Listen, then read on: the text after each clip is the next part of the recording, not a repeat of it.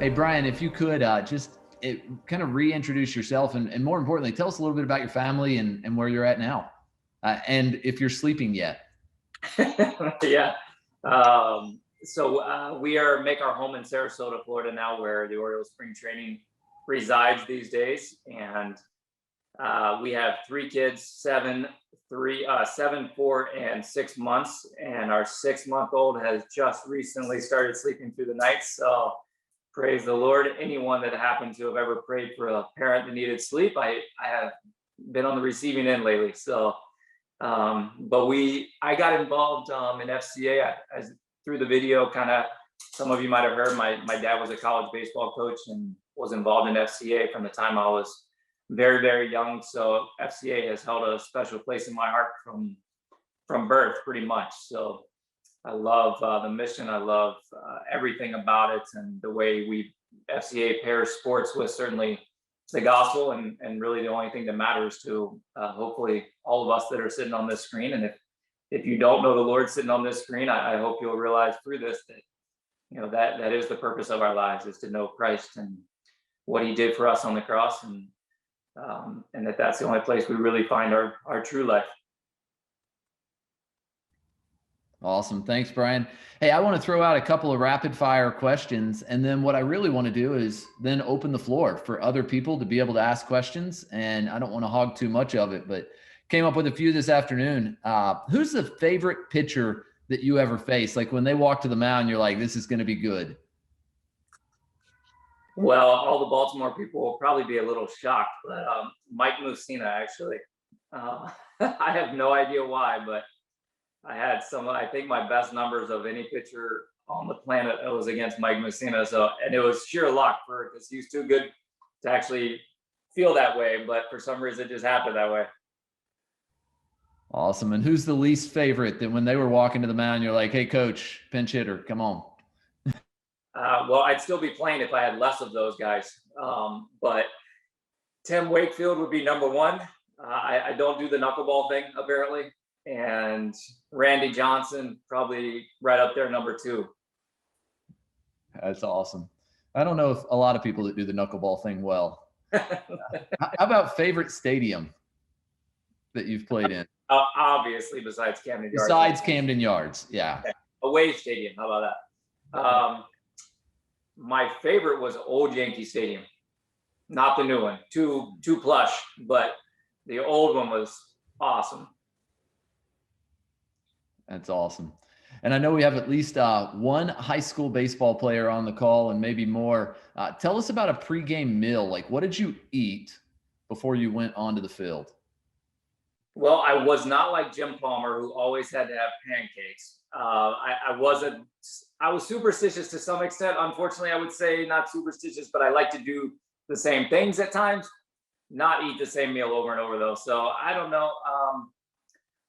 I like day games a lot, actually, because I love breakfast. So to have my pregame meal be breakfast was my favorite, which would have been usually an omelet with a big old waffle, maybe some fruit and syrup on that thing. So yeah, that would usually get me right where I needed to be. Awesome. And current player that you love to watch? Jose Altuve. He's my man. I mean, anybody smaller than me, hats off, man. Because I'm not real big and alone, and that dude is tiny, and he is incredible to watch. So I love Altuve. Nice. Other sports that you play or love to play and watch? My second hobby / passion would be golf. I love golf. My boys have actually, my 7 and 4-year-olds have actually completely and utterly abandoned baseball, and all they want to do is play golf. So that's pretty much what I watch on the weekends these days. Favorite golfer? My favorite golfer. Wow, that's a good one. I'm so used to asking my kids, or my kids getting asked what their favorite golfer is, but we had the good fortune this past week, 2 weeks ago, they had a big PGA event down here in Sarasota. And we went and we got to take a picture and meet Bryson DeChambeau, which was huge for my boys. They're big Bryson DeChambeau fans. So But mine would probably be Webb Simpson, just because of his testimony. He's a really, really solid believer in Christ and just walks it out and playing at a super high level. So I like Webb a lot. That's great. Well, hopefully I gave enough warning for some of y'all to think about questions that you might have. I want to open it up. Just as a reminder, you're on mute, so stay on mute unless you're talking. That'll help us out. And if two people jump in, somebody be courteous and back off until they're done. Let me open the floor for a few minutes. Chris, I see your hand. Hey, B-Rob, Chris here. How you doing, brother? Not as good as you, because I saw the dessert you were eating earlier. You sent me a picture. Oh, I know. Oh, hey, Chris, tell us when you trusted Christ at FCA camp, because you put it in the chat. I did. It was actually a youth group at Calvary Chapel, Costa Mesa, after seeing Cross and the Switchblade. And then my older brother took me to FCA Huddles, 1975, Dana Hills High School in Orange County, California. That's awesome. So I was in junior high. We called it junior high out there. That's great. All right, now you can ask your question. I just wanted to thank you for letting me share that, Sean. Hey, B-Rob, so when you play golf, do you have both sides clubs? Do you play from both sides of the ball and you have those both in your bag, or do you play from one side or the other? Well, I play righty, but unfortunately I have to hit lefty a lot too when I'm beside trees or in the woods. That's the problem. If I don't have a stance righty, then I just try to figure something out lefty. My kids, when I pull my clubs out now, my kids actually laugh and they go, "Oh, here comes the shanker." So, not really a good motto to have when your kids are ragging on you at 7, you know?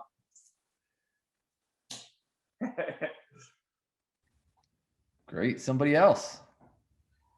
I can't. So Brian, speaking of kids, 7-year-olds there, are you looking forward to doing some Little League coaching? So I have done some Little League coaching. Yes. I was pretty heavily involved in Little League coaching until COVID hit. And that's when my sons literally just became obsessed with golf. I started taking them to the golf course. Baseball kind of stopped down here for a little bit. And we started to go play some golf. And I don't know, for better or worse, I haven't had to coach much Little League in the last 6 months. I clean a lot of clubs, and I am what they call a daddy caddy at this point. So, yeah. But no, I do try to stay involved in youth baseball here. I've had opportunities to. We started a youth Little League in our inner city area of Sarasota about 2.5 years ago through a clinic some clinics we put on. And so I do stay involved with Little League baseball relatively closely anyways. Great. Before the next question, if you would rather put your question in chat, I can ask it as well. So if you don't like to unmute yourself, but you have a question, feel free to just type it in and I'll ask. Whoever's next, go ahead, unmute. Hey, Brian. Brian Hubbard, board member here, and get to serve along Sean and obviously some great folks here. Thank you so much, man. Just so appreciative for you sharing, and really great job.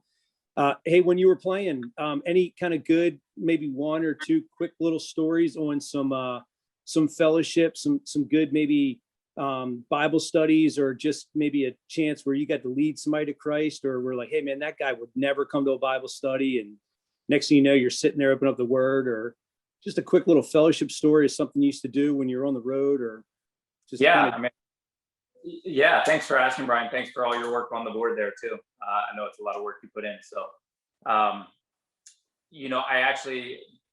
my pro career got off to a pretty exciting, I guess, spiritual beginning. I was in instructional league after my very first half season, and I was roomed with a young high school kid who had just signed. Only, at that point he was 18 years old probably, and I had come out of college, and he did not know the Lord. He was from out west in Seattle area, and we through that 6 weeks or so that we lived in a dorm room together, I would study the Word, and I would spend time praying and that sort of stuff, and it just sparked conversations. And before instructional league was over, he had accepted Christ by the time we left that dorm room, and that was a pretty amazing experience, honestly, to kind of start my pro career and have God just open the door like that with a young guy was pretty awesome. But then over the years at the major league level, we had a lot of really, really good Bible studies that went on throughout the course of the years, especially on the road. You know, when guys weren't with their families as much and there was more time, we would typically try to gather at least once a road trip, and we would find something that we would study for the season, or at least half season, and then something else. And so we did that quite a bit, which was, it kind of kept all of us sharp, at least, you know, as iron sharpens iron. It can get tough on the road, and it could get tough and lonely in that environment. So those studies were always crucial for myself, and I know other guys. You know, Chris Davis and I really had a great, I guess he would probably say mentoree relationship, and even still do to this day. And so those sorts of things were always really powerful for me to kind of keep going and realize that when you're 0 for 4, there was more to it than maybe just the results all the time. Brandon Johnson, I saw you trying to ask something, and then I've got a few in the queue here. Brian, thanks for having on. I'm Brandon. I've been on staff with FCA for about 9 years. Loved hearing your story of how FCA has impacted your life. I just became a new father. I've got a 1.5-year-old daughter. You've got 3 boys. Would love to hear a piece of parenting advice from you. Well, there are a lot of men on this chat that I can see that were much wiser than I am in this category. I'm still trying to figure this whole thing out, Brandon, but and I don't do girls, I'll be honest. So I will give you some parenting advice, not necessarily about girls, but sure. Spend as much time as possible with them, for sure. For one, I mean, you don't get these years back. My 7.5-year-old, it blows my mind that he was born while I was still playing baseball, and it's gone this fast. And, you know, I think a lot of us, I think everyone has learned a lot through COVID that what is really valuable in our lives, you know, and in some ways the slowing down of the pace of life has been a blessing probably to a lot of us, especially as parents, to realize that, man, we have to have, we need, one of my good friends, he always says, like, he tries to make sure that he keeps boundaries, certainly in his work family life. So I know it's important to do the mission, and God has sent you on a mission, but man, that little girl, you only get one time around with her, and love her well, show her. I would say, in my opinion, from what my wife would say and what I could imagine as a girl, to me, love your wife well, and that will show your daughter more than anything she could learn anywhere else. You love your wife well, and one day she will see what it looks like and know what it looks like and feels like to have another guy love her well. That's good. Thanks so much. That's great. Thank you, Brian. Hey, here's one. What was it like to play with Cal Ripken Jr.? Yeah, I get that question a lot. And I'll say, like, Cal was an amazing guy. I was a rookie that year when was his last year in 2001. And so I was like 22 and he was like 42. So it wasn't exactly like we hung out a lot, you know. Cal and I didn't like buddy around and stuff, but around the field, he was great. I got to know Cal more later in life, actually, like as I went into a business venture with him and those sorts of things. And that was kind of the irony, I guess, of the bookends of my career. My first year, I got to spend with Cal Ripken, an icon, legend in the game of baseball. And even though I didn't know him that well, I got to be around him and see what he did and what made him so great. And then at the end of my career, my last year I was playing second and Derek Jeter was playing short, and we were more on a peer level. Like, we were both old and dirty and done, you know. It was like we were out. Nobody could keep us on the field. We were so broken down at that point. But I got to see those spectrums very differently, and it was awesome. They were both amazing guys to be around, to see their work ethic, to see what made them great, and they both really treated people very, very well, which was awesome to see. That's great. Chief Russell, thanks for being on. This is from Chief. How many multiple home run games and approximately how many balls did you keep, and why? How many multi-home run games? I don't take just trying to count on probably like 3. I don't know. I remember one in Anaheim. I remember one in Chicago. So I'd say maybe 3 in my career. I had multi-homer games. And then balls that I kept, I have, I think my first hit ever, which was on tonight on the thing. And I don't even know the last time I saw that. I mean, you put so many things on there, or Jeff put so many things on there that it was like flashback city for me, and that I hadn't seen in years and years and years. So I kept that one. And I think I have one for my 50th double, which initially broke the Orioles record, I think. And then I had one for my 56th a year or two later that I think broke the switch hitting record or tied it in the major league. So maybe, I don't know, a handful of balls, 3 or 4, not a lot. Awesome.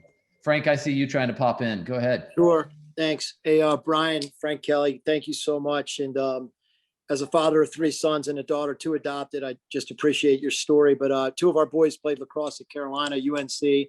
One ended up playing on a national championship team with 2 cousins. So we're 3 Kelly cousins. But if you flash back to your UNC days, did you actually play for your dad while he coached there? And do you have a favorite UNC baseball memory from your days at Chapel Hill? Yeah. Hey, Frank, thanks for all that you're doing as well with FCA. Sure. I know you guys put a lot of time in as well. So thanks. And yes, I did play for my dad. And if my dad had not been coaching in North Carolina, my career might have been over in high school. It wasn't all that good at in high school, but my dad believed in me. So I was fortunate to have a wonderful place to go play. And nepotism aside, maybe I happened to have that, and it was a great experience. It was a roller coaster experience. You know, anybody that has ever played anything for one of their parents, whether it's in little league or at a high level, it's great and it's hard all at the same time. I have a lot of great memories from Carolina. I would say, going back to when I was a kid, one of my greatest memories was the first time my dad took them to the College World Series, or at least when I could remember. He had been when I was really young, but in 1989, they made it to the College World Series. That was a huge memory for me as a 12-year-old to get to experience that with my dad's team. And then I'd say while I was there, probably when we were 1 game away from going to the College World Series, which was the last game my dad ever coached at UNC. We lost to Miami, down in Miami, and just remembering like the hug on the field and just all the emotion that wrapped up my career at UNC and his coaching career at UNC. It was a very heavy moment, but an awesome moment at the same time. And I just say, thanks for sharing that. And for whatever it's worth, I'm become very good friends with BJ and Cal. And if there was ever a chance to connect from an FCA, you know, you never know where God takes it. But thank you. Okay. Oh, we've been working on BJ since 1982 when he played for my dad. Right. So. I've asked him if he was ever involved with the ARFC. Such a nice guy, as you know, and Cal too. I don't know if you noticed, Ripken, the Cal Ripken Senior Foundation was one of our sponsors for tonight. I didn't see that. Wow. Yep. And you know, we're on the Ripken board, a couple of us, but you know, so Can I say thank you for him? yeah. And my wife needs to say something real quick. Hi, I'm Gail. I, Thank you for sharing tonight. I've heard so much about you. I just want to thank you for your support of the Helping Up mission. We have held that organization very dear to our hearts, and we're very excited about what God's doing there, particularly for the women and children of our city. And so thank you. You breathe life into that effort. And I know you're in Florida, correct? I am, So, yeah. Good I know- spot to be, by the way. Yeah, Gail and I, right now. And thank you guys for the helping out. We should have crossed paths many times in that Yeah. environment. Yeah.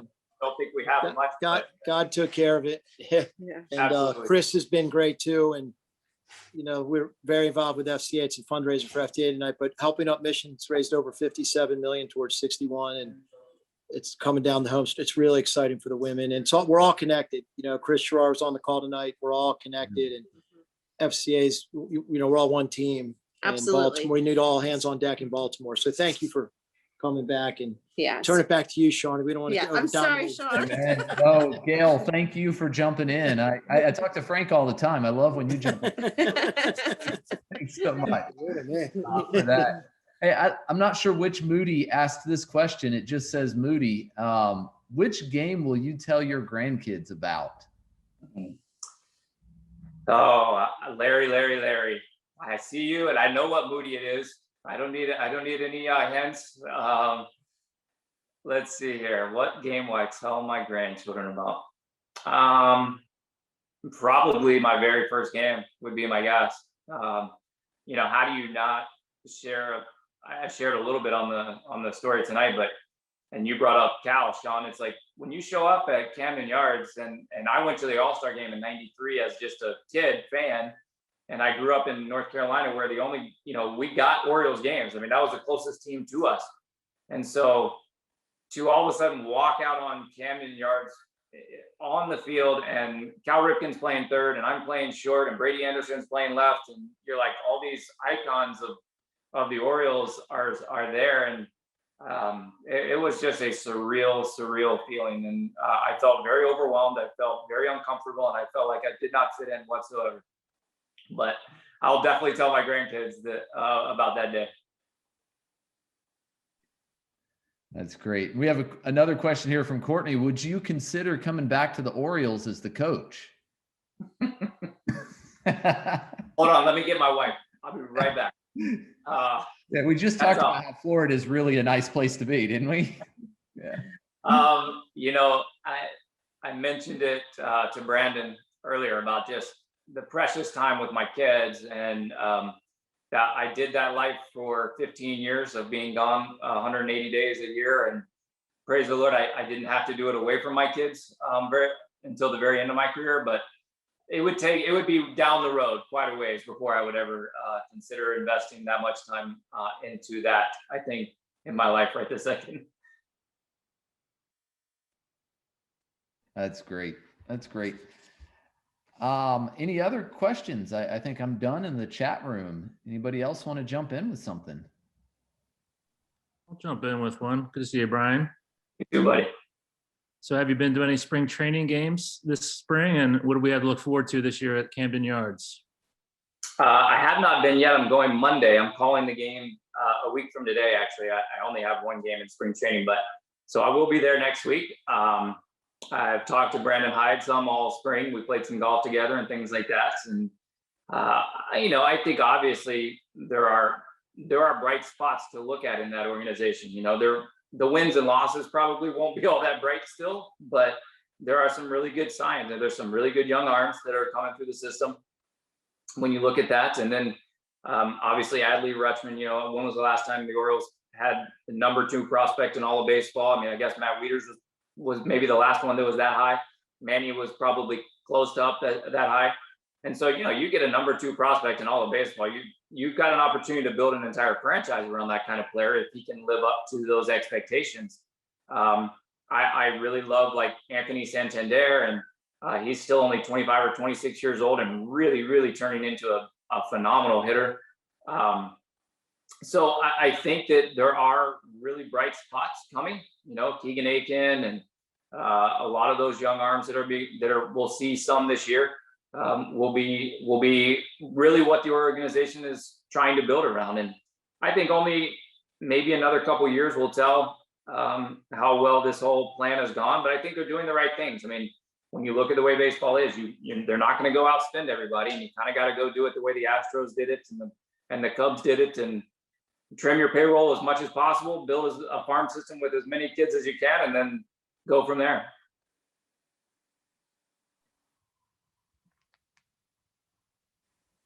Brian, if you come back to Baltimore, you've got a tea time anytime you want. Yeah, we'll see if we can get Krugs out of retirement, and we'll go play. Yeah, we'll get Krugs a wheelchair and we'll go. I think he's on this call too, guys. I think he's on this call. Be gentle. He's my mentor. I can do that.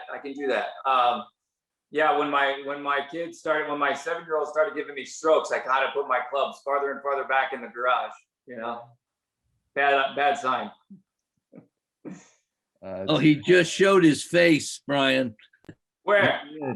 He's down at the bottom, and even better, Roxy's in the back. So just like Much better view with Roxy. like with Frank, it's good to get the wives on the call. So Must Roxy, be hello. Frank And playing. good to see you too. Oh my goodness. Yikes.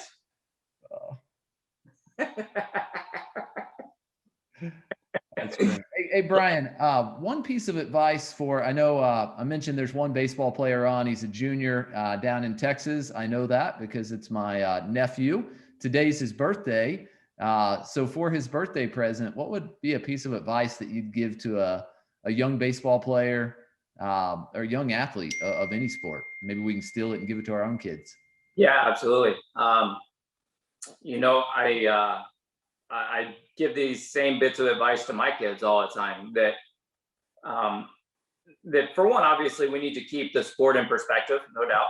I think it gets sports in general, young sports get bent way out of perspective a lot these days.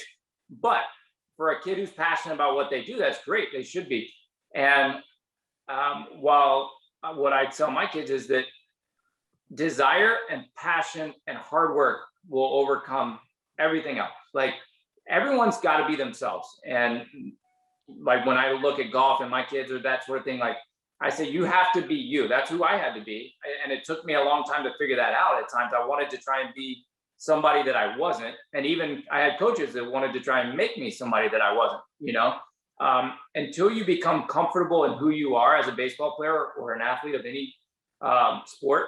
You need to know what you do well, what you don't do as well, and continue to work on both of those, but really hone in on what you do well and make that your kind of MO of who you are. And that's really the only way that you can become the best version of who God has created you to be. And I think that, once I really was able to find confidence in who God had created me to be as a baseball player and my talents and my abilities and use them just the way they were. I wasn't going to try and be Chris Davis. I wasn't going to try and be Cal Ripken or anybody else. I needed to be Brian Roberts and see if that was going to be good enough. So my encouragement is take a real serious look in the mirror and be honest with yourself about what you do well and what you don't do well, and then continue to just outwork people. I mean, in the end, there's no substitute for hard work. That is great. Thank you. One final, I was kind of waiting for that, Dave Kruger, for your hand to go up. One final question. Brian probably as well, if not better than anyone on this call. One final question for Brian. I told him I'd keep him for about 30 minutes. So Sean, I'm losing you. Sean, I'm losing you. Oh, that's good. So Brian, tell us a little bit about your wife, Diane. How did you meet her?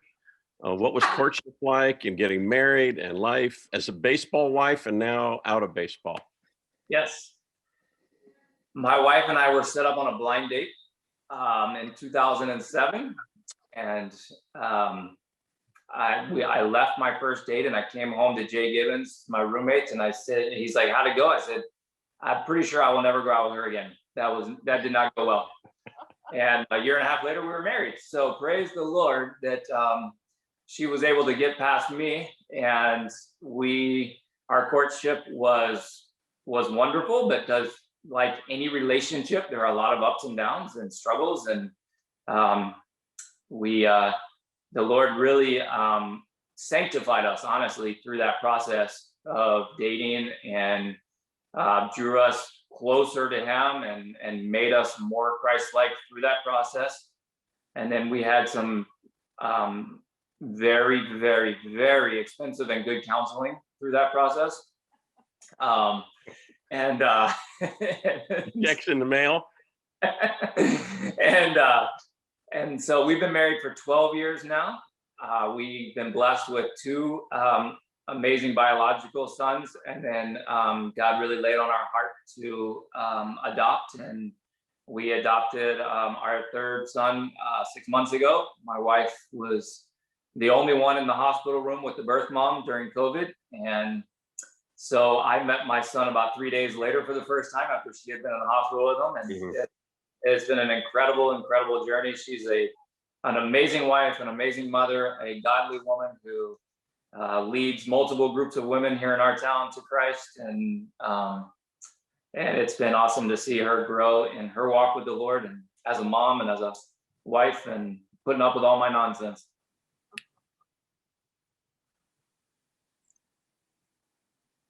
Amen to that. Great question. Courtney, I see your hand. I was just alerted you. I didn't see it at first, but No. patient. I was gonna ask if I could pray for him and his family. Courtney, That I was amazing. think of Absolutely. a better way to end this time. So thank you for raising your hand. Absolutely. Dear God, thank you for this time with Brian Roberts, and thank you for his devotion to you. I just pray your loving hand and care over him and his family and everyone in FCA and all the athletes coming up through FCA and everyone that is a follower of you. I just pray for, thank you for this time that we could be together tonight. And I just pray that you continue to bless this organization and Brian and his family. And just thank you so much for this time together. Amen. Courtney, that was Man, thank you, Courtney. Amen. Yeah. And Brian, thank you so much for recording, sharing your story, for taking this extra time tonight, for the generous offer of the match to the scholarship fund. Our vision is that we would never say no to a kid that wants to go to camp for financial reasons in the state of Maryland forever. So we've created this endowment fund that will hopefully fund and take care of kids in the state of Maryland for as long as there's FCA camps. And thanks for being a part of that. Really, really appreciate it. I'll be in touch about how we're doing on raising funds in the next year. Amen. Thanks, Sean. Thank you for allowing me to be a part of it tonight. And I do miss Maryland, even though it's cold. I do miss you guys. And I love Maryland, and I love what you guys are doing. So keep up the good work, buddy.